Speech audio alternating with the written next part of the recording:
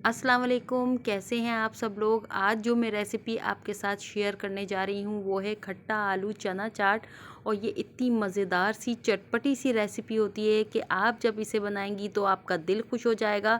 तो यहाँ पर ये जूसी सी टेम्पटिंग सी जो रेसिपी है वो मैं आपके साथ शेयर करूँगी। तो इंशाअल्लाह ताला आप इसे बनाइएगा और अपना फ़ीडबैक दीजिएगा।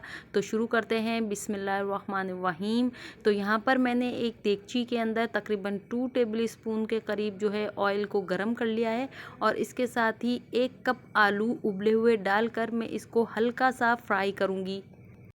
आलू जब फ्राई हो जाएंगे तो हम इसके अंदर शामिल करेंगे हाफ़ टी स्पून ज़ीरा और 1/4 टी स्पून अजवाइन। और तकरीबन 30 सेकंड के लिए हम फिर दोबारा से इसको फ्राई करेंगे। और इसमें से हल्की हल्की ज़ीरे और अजवाइन की खुशबू आने लगेगी। तो उस वक्त हम इसके अंदर ऐड करेंगे तकरीबन हाफ़ कप जितना इमली का पल्प। इसके बाद इसमें ऐड करेंगे हाफ़ टी स्पून कुटी हुई लाल मिर्चें, हाफ़ टी स्पून लाल पिसी हुई मिर्चें और हाफ़ टी स्पून इसमें जाएगा नमक, हाफ़ टी स्पून काला नमक और हाफ़ टी स्पून इसमें ऐड करेंगे चाट मसाला। तमाम मसाले डालने के बाद अच्छी तरह हम इसको मिक्स कर लेंगे। और तकरीबन 1 से 2 मिनट पकाने के बाद इसका पानी थोड़ा सा रिड्यूस कर लेंगे। अब इसके अंदर हम शामिल करेंगे सफ़ेद उबले हुए चने, जो कि मैंने छोटे वाले इस्तेमाल किए हैं और रात भर इनको पानी में भिगो कर रख दिया था और सुबह को इसका पानी फेंक कर इसको उबाल लिया था।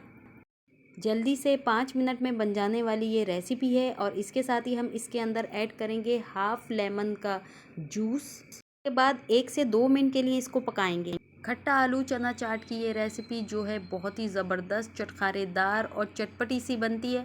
तो बहुत ही मज़ा आने वाला है आप लोगों को इफ्तारी के वक्त ये खाकर।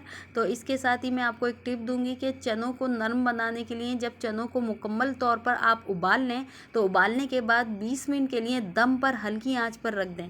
इस तरह चने नरम बनेंगे। तो हमारे ये चना चाट जो है ये ठंडी हो चुकी है। और इसके साथ ही हम इसमें ऐड करेंगे 2 टेबल स्पून खीरा और 2 टेबल स्पून ही जाएगा इसमें पत्ता गोभी, 2 टेबल स्पून हरा धनिया और 2 टेबल स्पून इसमें क्यूब में कटी हुई प्याज भी ऐड करेंगे।